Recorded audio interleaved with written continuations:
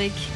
Bonjour Cécile, bonjour Patrick. Bon, de quoi s'agit-il? On parle d'un possible grand retour de l'inflation et par là même des taux d'intérêt qui pourraient remonter, quoi. Hein?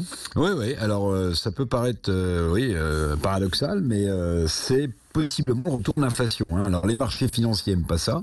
Ils ont tremblé hier, la bourse de Paris, la bourse de Francfort, la bourse de Londres. Toutes ces places financières étaient nettement orientées à la baisse. La raison de ce coup de blues, de ce coup de stress, oui c'est ça, c'est potentiellement le possible retour de l'inflation en Europe et aussi aux États-Unis. D'ailleurs, je regardais cette nuit Wall Street, la bourse américaine a perdu plus d'1,4%, ça s'arrange pas. Le retour de l'inflation, c'est la crainte que les taux d'intérêt, c'est-à-dire le loyer de l'argent, repartent à la hausse après des années de politique monétaire ultra accommodante. En ce moment, les taux d'intérêt réels sont négatifs parce qu'il n'y a pas d'inflation. Mais si l'inflation revient, les taux vont repartir à la hausse. Ça va handicaper le financement des entreprises. Ça va donc obérer leurs profits. S'il y a moins de profits, il y a moins de dividendes. Donc les actions brûlent les mains. D'où la baisse des marchés financiers dans cette crainte de la résurgence inflationniste. Oui, quelles sont les raisons objectives alors de ce possible retour de l'inflation ?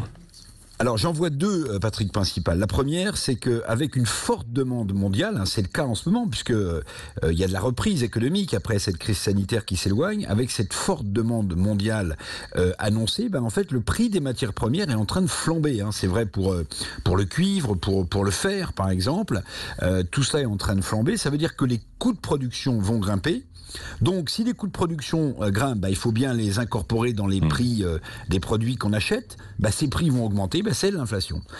Deuxième raison, on en a souvent parlé sur Sud Radio, c'est l'épargne accumulée dans les pays riches par les citoyens européens ou américains pendant cette crise de la Covid-19, pendant les confinements, vous en souvenez. Cette épargne accumulée, en partie, va être dépensée sous forme d'une consommation forte, voire très forte. Une demande de consommation élevée, face à une offre de produits qui est restreinte, notamment à cause du prix des matières premières, ça veut dire qu'une demande face à une offre qui est légère, ça veut dire que les prix des produits vont augmenter. C'est une deuxième raison d'inflation possible. Et le petit épargnant a tout à redouter d'un retour de l'inflation ? Alors oui, alors ça c'est l'autre sujet, parce qu'au-delà des plans de relance, au-delà des soutiens à l'économie, imaginez que vous ayez par exemple en France 2% d'inflation. Le livret A il est à 0,5% par an. Si vous avez une inflation à 2%, ça veut dire que ce que vous avez épargné à 0,5, il perd 1,5% par an avec une inflation à 2%. Donc ça veut dire que l'épargnant, le petit épargnant notamment populaire, il a tout à craindre de l'inflation.